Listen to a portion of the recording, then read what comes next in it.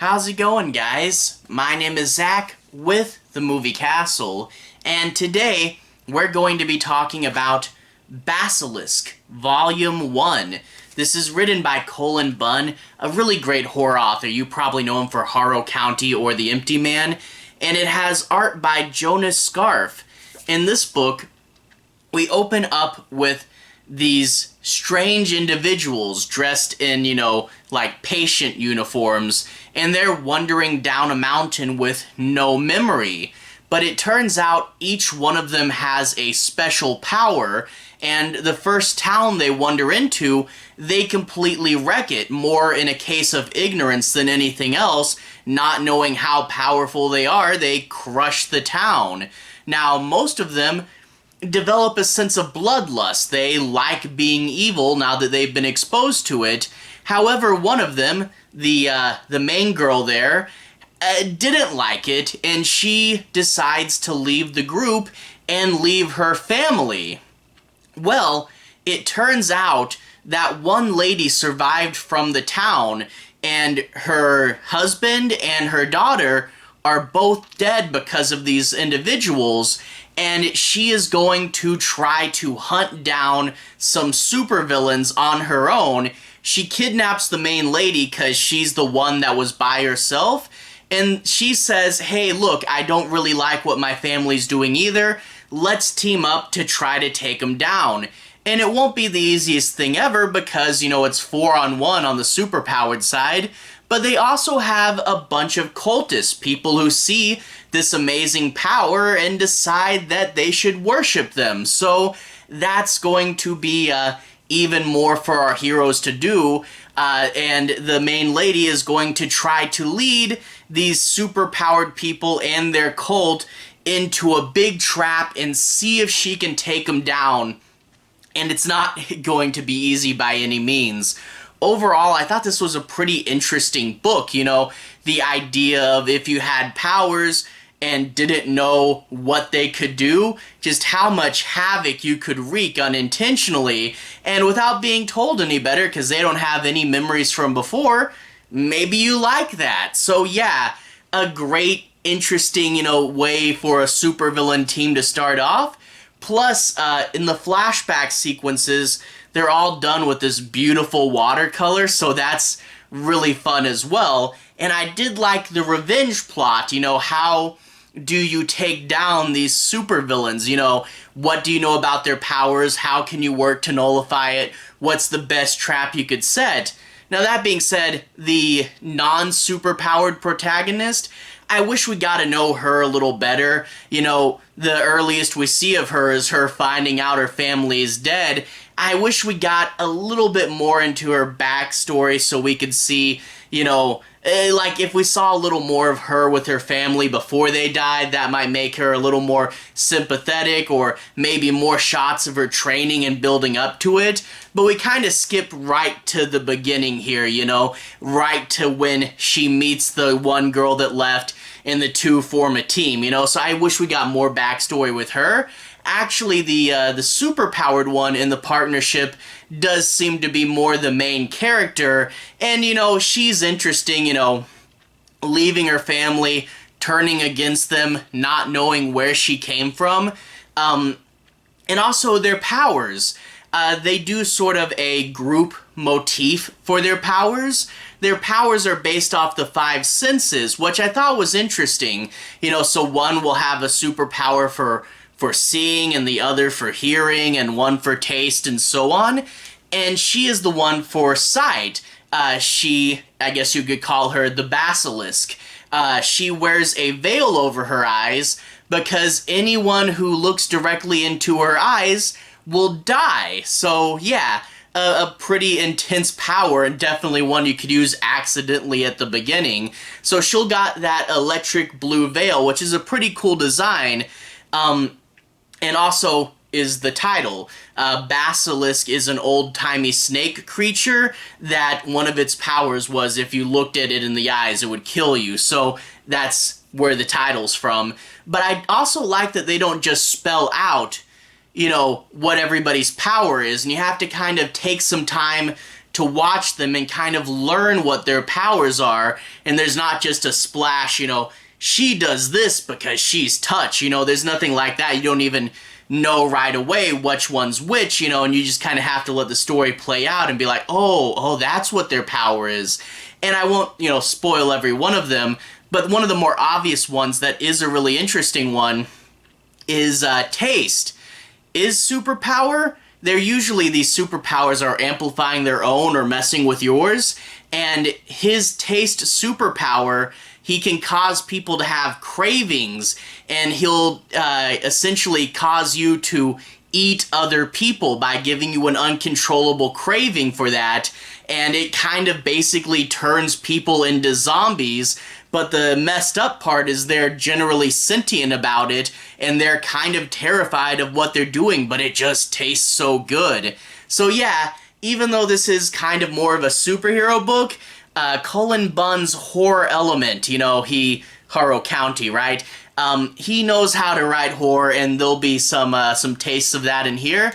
So overall, I don't think this is his best book ever, but I think it is a really fun one. It's one that I sit down and I read through the whole thing pretty quick, and I really did enjoy. Like I said, I wish we got to know more of the before times for our non-superpowered protagonist, but I did like the idea of leading these people way too powerful than you into a death box and knowing, good chance this is gonna mess up and they're just gonna wallop me, So an interesting idea, and I have picked up Volume 2. It just came out recently, so I'll get to the review for Volume 2 relatively quickly.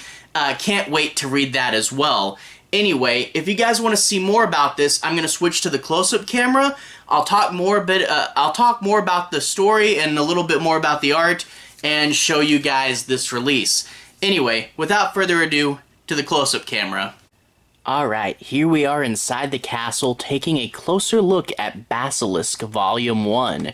Here we have this nice cover with her in front of the tree, and the tree has these nice little lines that they use in these cover images a lot, and the credits along the top, and then the other siblings are in shadow, save for one part of them that's lit up that gives a clue as to what their power is. So a pretty cool cover. I really do like the striking blue that matches the color of her veil that she uses to, not kill everybody. Inside, we get the inner covers, again with this nice blue line art here. That's pretty fun. And when we see the main covers, the main credits, it's got all these blue panels that are sort of like, clues as to what's going to happen in the main part of the story. So there's the credits and a little bit of, I wonder how we're going to get here. But there we see Cullen Bunn, Jason Scharf. And then after that, we get into the comic proper. They do have the chapter breaks in here. The covers are going to be in the gallery at the back, and we have these sort of new little tiny images with the chapter titles, which I do like. Gives you a sense of what's going to happen in the comic. Definitely have to say that I prefer when comics keep their chapter breaks. I can't always read a comic in one sitting, and I like to have a good place to stop, so there's a thumbs up for that. Anyway, I'm going to be talking about the story proper now. I'm not going to be doing any major spoilers, so I'll be avoiding how the book ends, but I will be showing you guys a bit of the plot and showing you guys some of the art. I'll just be avoiding the end. But anyway, we open up with the coming down from the mountain scene, and all the flashback scenes are in this nice watercolor. I kind of wish we could have it for the whole time, but I know this is time intensive, and we, I'm glad we can get what we can get. But these watercolors look really, really nice. And there's our splash of these people when they first came down from the mountain, and they don't know how terribly powerful they are, and they begin their killing spree. kind of happenstantial. They'll say later that they were like babies. They didn't know what they're doing. And we'll see a little bit more of this usually at the beginnings of the issue. Like here's another flashback in chapter 2, and we get to see all this death and destruction. And they do switch between the orange and the blue essentially there. And yeah, pretty crazy stuff. So yeah, the flashback sequence is definitely a highlight of the book. But we then see our main character here. She'll have narration that she's writing in this diary, and she's holed up in a hotel in the middle of nowhere. But who's she looking for? She's looking for this lady from the prologue who is also a drifter. And yeah, there's some significance to the birds in a second, but she goes to sit down in this diner, and she's spending literally the last of her money, and she's eating her meal while the other lady is secretly watching her and holds her up in the parking lot, and she says, "Hey, I don't have any money. I just spent the last of it. I don't know what you want." And she goes, "I'm not taking your stuff, I'm taking you," and knocks her out with the butt of the gun. And she's going to wake up tied to a chair in the hotel room. So she's kidnapped now, and the two start to talk, and she was in that town from the beginning. She saw her family die, and now she wants revenge, and she went after this one because she's the one by herself, the easy to pick off one. However, turns out she's not a big fan of her family either, and does know that they need to be stopped. They're kind of on a path of, mindless destruction. They enjoy it, so they decide it's going to be better to go ahead and try to team up to stop them. And there are those birds again spying on them.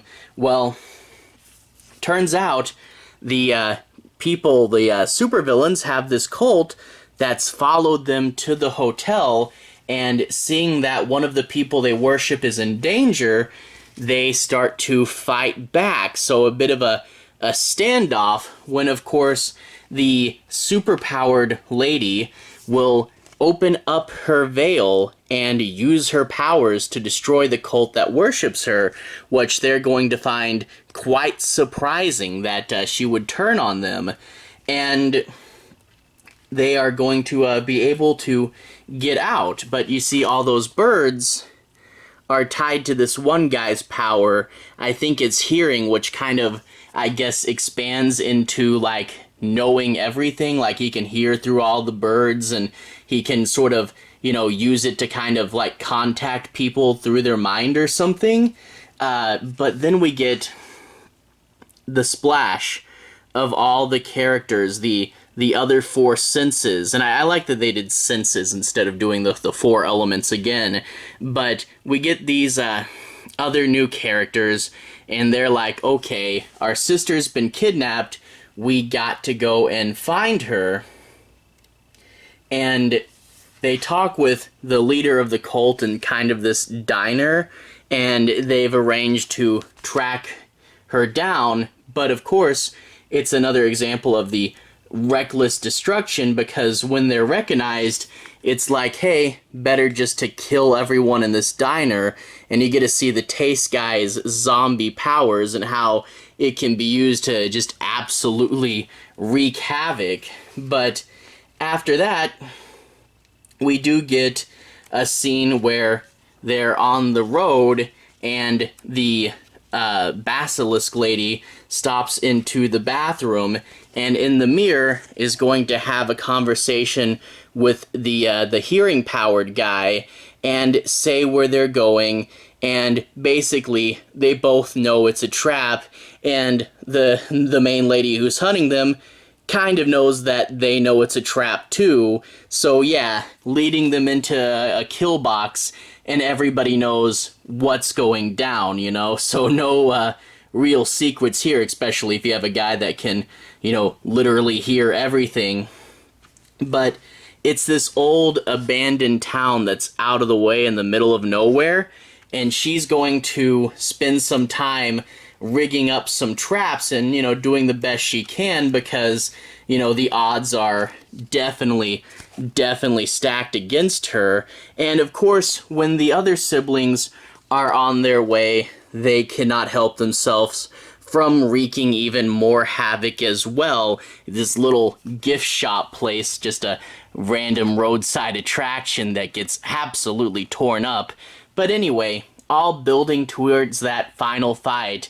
Has she thought this through well enough? She half expects to die? Really good, tense stuff. You know, this is essentially kind of a superhero book, but doing it where, rather than being heroes, you have the main four enemies just being a random force that just kind of wreaks havoc for no other reason than they like it. Your main hero lady isn't really trying to be a hero, just trying to go out and live her own life without much direction, and then you get a good monster hunter character ready to tear them all down. And there is also, you know, in addition to the idea of the hunt, the idea of going up against someone much bigger than you, that's really cool too. But what I'm curious about, and what I wonder with the upcoming volumes of this book, is where did they come from? It looked like they had medical clothes on, so some kind of medical facility? I'm guessing they had to have been created then, but we really don't know much about their origin or where they came from. And I am curious to see, you know, where they came from too. So yeah, there's one more volume of this is out right now, and then there's some single issues that are going to be collected into another one. And I'm definitely looking forward to seeing the rest of the story. Can she take down all the bad guys, and where did they come from? Overall, some cool stuff, and I like, you know, I like the powers and the characters, you know, and seeing Cullen Bunn's unique take on a superhero comic. Yeah, I thought this was pretty cool. Not the best thing he's ever written, you know, still that's probably Harrow County, but a really fun comic, and I definitely do recommend it if that sounds interesting to you. One of these alternate superhero takes, you know? Anyway, to everyone who's watched so far, thank you for watching. To everyone who's liked and subscribed, thank you. You really are helping the channel out. I'll leave a relevant playlist on the bottom. This should be my Cullen Bunn playlist if you want to see me talk about more Cullen Bunn stuff. I talked about Harrow County. I talked about his one-shot comic Piecemeal. I talked about The Unsound. That one was really good too. Anyway, have a good day. I'll see you guys again very, very soon. Cullen Bunn playlist should pop up on the bottom. Have a good day now.